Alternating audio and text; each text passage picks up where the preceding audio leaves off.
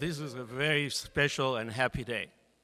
We've all been waiting and longing to be here with no restrictions and no masks, if possible. Just, it's a different day, and I join you on your behalf to say thank you, Abuna, for the journey that you have taken us through all the past year and a half, and thank you for all the priests and the leadership of the church that made this today possible. And I just want to say I have a confession, because what I'm going to speak today is something that I've been sort of praying about for the entire year and a half. And here we are, back to church, but let's hope not back to normal. This was the title of an article that I read a year ago exactly in Washington or New York Times, I think, and I just got glued to it. And I said, wow, do I want to go back to normal? So again, one way to think about this pause, which is rare, it's a once-in-a-lifetime opportunity to reset. Reset, not restore. You know, when your computer acts up and you just get tired, you just say, okay, bam, you shut it off, and then you reboot, and it starts all over again. Nothing really changed. You didn't change much. So with that being said, my question to you, what was it like for you? What was your normal? If you were to think back to March 2020, the first week or even before that, what was your life like? Would you want to go back to that? Well, if I was to guess, regardless of who you are in life, young, high school, kids, college grads, college freshmen, adults, wherever you are in life, I'm sure you're trying to make it happen. You're trying to do your best to be a good person, to kind of pray if I can, when the time allows, if I'm not tired, just kind of making it through life. كده يعني by betila, by hook or whatever. So this is what most of, and I don't know, I'll let you for a second kind of wander back with your thoughts. Where was I before this hurricane hit?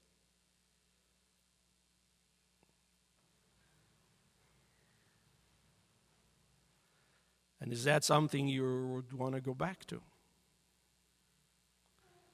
Was it so glorious and so spectacular that, yeah, I can't wait to go back to that? Well,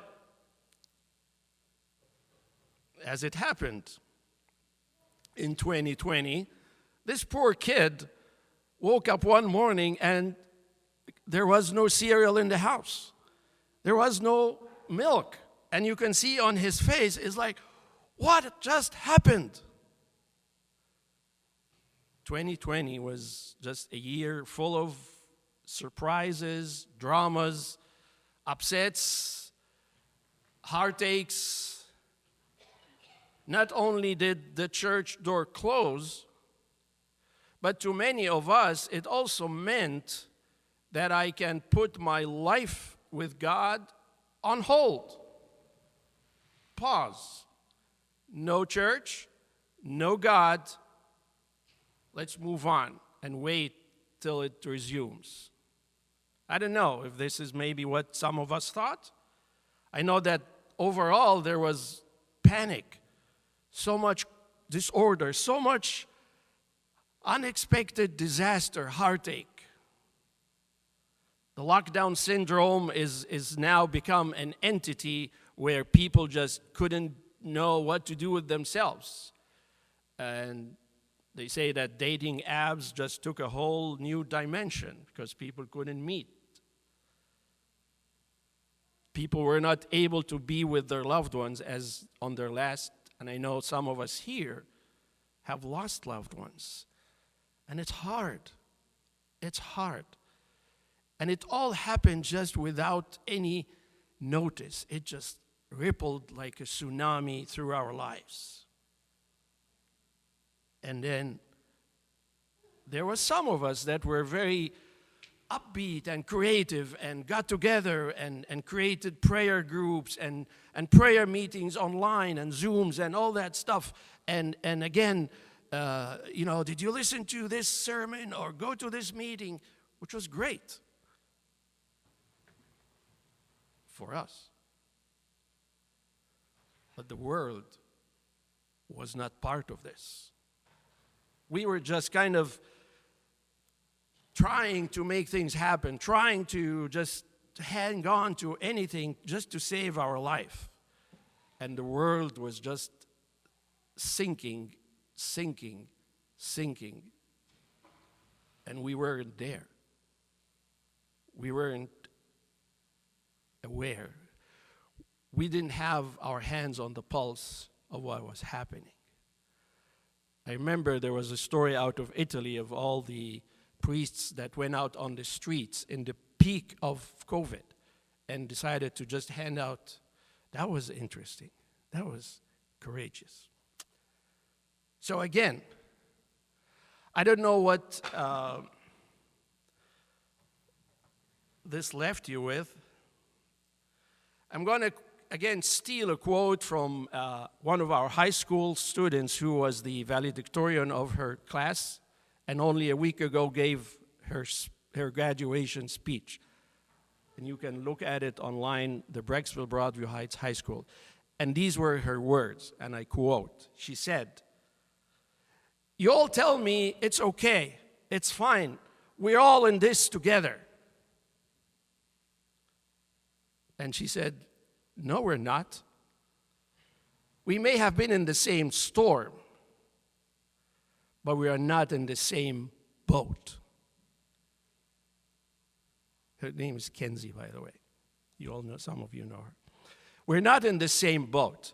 The storm hit us all, but some of us got pushed way down, and are still struggling, are still kind of like in a daze, and can't put their lives back together. Some of us are able to survive, and I mean that in every way possible, emotionally, spiritually, physically, financially, you name it.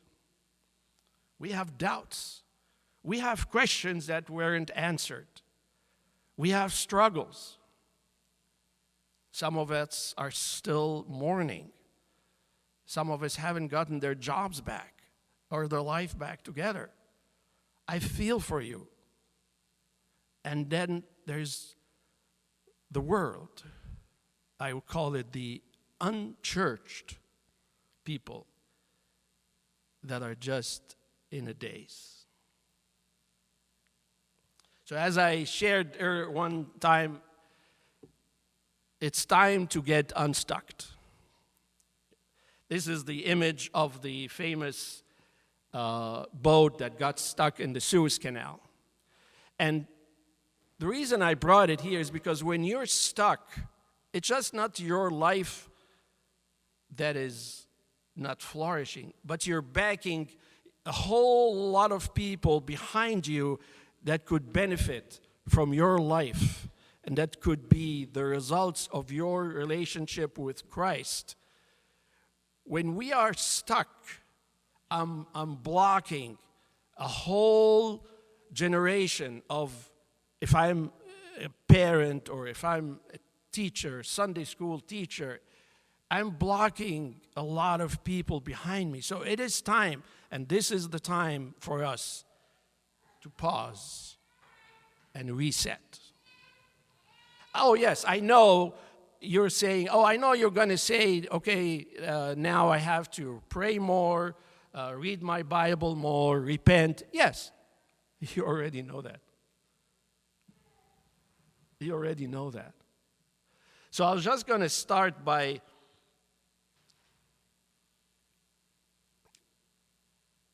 I want you to ask yourself this question. So I was born in this church. I grew up here. This is all I know. Is this the road that you want me on, Lord? Is this the road that I need to be on? Or am I just following with the crowds? Mom and Dad told me so I'm just here for the ride, and I'll do my best to make it look like I belong. Is this, oh Lord, where you want me to? And to help us get to where I want us to be, we just read about a very, very crucial interaction with two of the disciples, Thomas and Philip. After all the years they spent with Jesus, after all the interactions, the miracles they saw, they witnessed, at the end, this is like literally right before he was going on the cross. You would think they got it by now.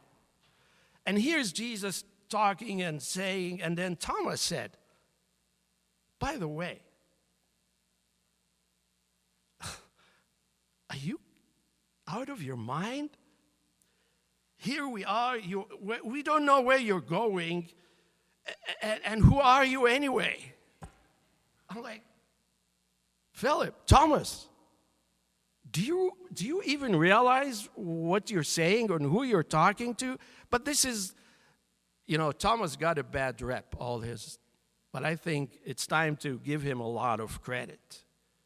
Because he didn't mind to say that he had some doubts. He didn't mind to say it as it is. And that was key because that allowed Jesus to get him into this interaction. And then Philip jumped in and said, well, just show us the Father and we'll be fine. He's like, so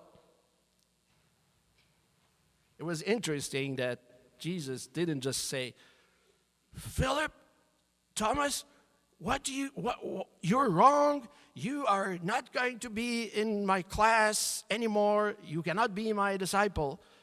And that would have been the end of it. That's not what happened. That's not what happened. And Thomas lived and got over this doubt. And he got his answers, and he managed to move on. And even then, even after the resurrection, here he was again, asking questions. So, as we reset, my first point is, it's okay to not be okay. It's okay that you don't have what it takes. Keep asking, keep digging, keep praying, keep searching. Don't just walk away and say, oh, or don't just put a face so that you can blend in. That's so needed in our community, in our church. And if you're a teacher or Sunday school or parent, and someone asks you a question, don't just make up something. Just say, I don't know. Say, let's go find out together what this means. Because unless we are down to the core of the truth of what we believe in, we are just cruising along, and we don't want to go back to normal. Secondly, and I'm not going to read this, but every time we encounter Jesus, he's out somewhere. He's either in the fields, he's on the boat, he's in the synagogue, he's preaching.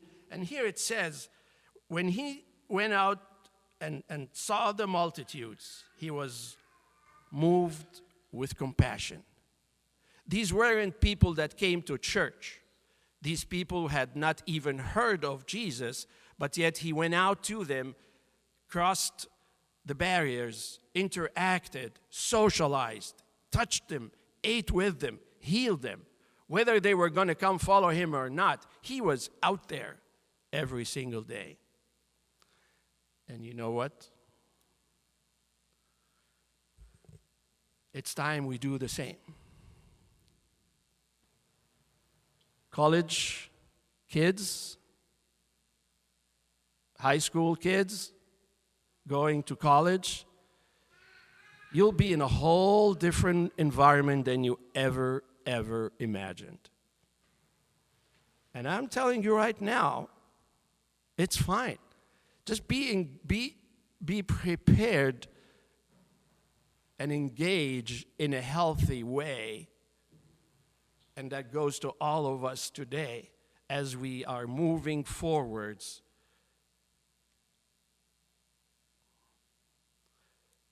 Who are the people that are not here? What is their skin color? What is their culture background? What is their age group? What is their social status? Why are they not here? Well, we're used to people looking into the church from the outside. It's time for us to look outside from the windows of the church and look into the world that is around us, because this is what Jesus told us. And he prayed, I don't pray to take them from the world, but to keep them. And as we take the mask, as people take the mask, look people in the eyes, show them they are loved. Don't talk to them, don't preach, just show them. Years ago, I came across this book that totally changed a lot of ways I think. It's called You Lost Me. It was written by a young teenager who grew up in church. And then she went to college. And day after day, she tried to go back to her church. And she realized that whatever she was hearing was not getting to her. It was not the same language that she needed to hear in order to maintain her faith. And I urge you guys to look it up. It's time that we turn our heads around. Not just encourage one another, but encourage everybody else that is out in the world. Thirdly, and I'm talking to everybody here in this, find a solid ground to stand on.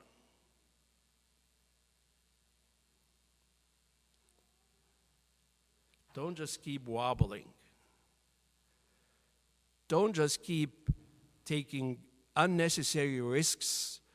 Oh, I like this idea. I'm going to do that. Let me try this app. It might answer some of my needs. I wonder where else it's going to lead you to. Don't play games with your life. Don't play games and don't gamble with your life. It's worth a lot more than what you think. And if you have problems with stuff or with life, don't just walk away saying, oh, you know what, I tried, I came to church once, I didn't get anything, I'm just not going to come. And there are a lot of enough warning signs in our days that, yes, even young people can lose their lives prematurely. And I am sorry if there's anybody here who's lost loved ones at a young age. So you're not invincible. You're not a hero. Just find a solid ground. Put your leg on a solid ground that you believe in and that God has put in your heart and in your life through your parents, through life, through anything. Just hang on to what you know. Don't give it up and don't throw it away. Number 4, after a year and a half of what we have been through, just stop whining. Just stop whining. I mean that. I'm talking to myself about everything that I'm saying, but this is big. Just be grateful for where you are, for who you are with, for where life has put you.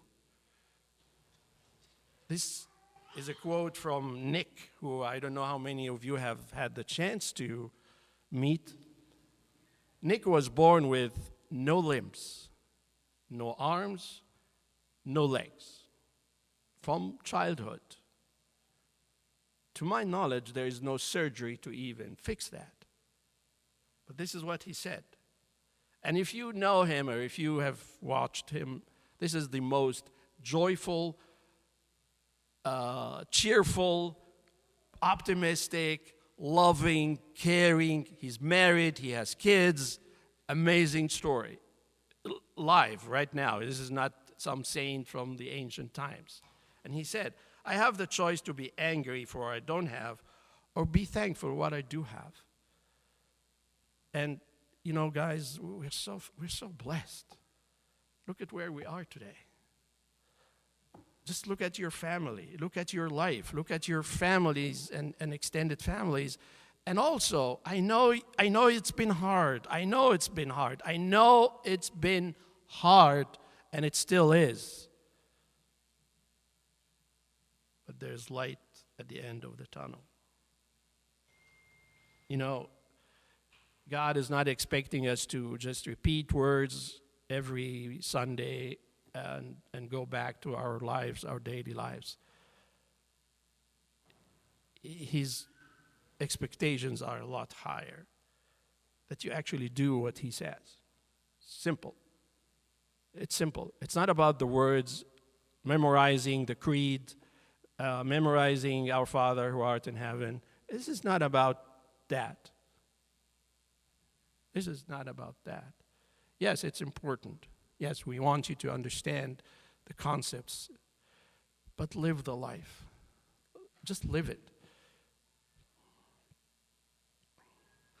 Whatever it is you believe, put your foot and put your mouth where your foot is. Just do it. Just do it. It's time for a reset. Before we continue and before the summer comes and we're all just going to be traveling everywhere, I don't expect you to put it all together right now. But if you go home and have a moment, just sit down and do the math. Do your own reset. Hit your own reset button. It's okay if you're struggling with doubt or fear or questions or anything. It's okay. Just open it up. Get it out of your life. Don't just keep it to yourself. Look at the outside world. Find the solid ground, and please, let's stop whining. I'm going to read finally to these words of a song that says a lot of where we are and where we need to go. When holding your breath is safer than breathing. When letting go is braver than keeping. When innocent words turn to lies and you can't hide by closing your eyes. When the pain is all that they offer, like the kiss from the lips of a monster. You know the famine so well, but you have never met the feast. When home is the belly of the beast, the ocean is wild and over your head, and the boat beneath you is sinking. Don't need room for your bags, hope is all you have. So say the Lord's Prayer, hold your baby tight. Surely someone will reach out a hand and show you a safe place to land.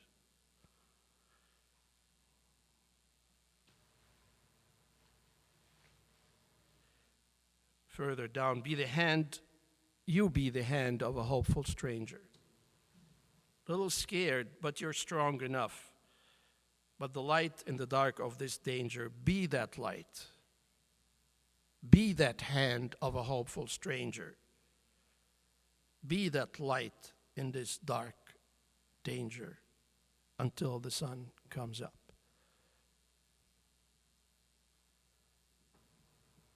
This is a very special day that our prayers have been answered and the church has opened its arms again.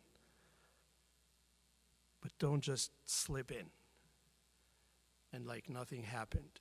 Take the chance and take the moment to to reset your life and see where you want to go. To him be the glory forever and ever. Amen.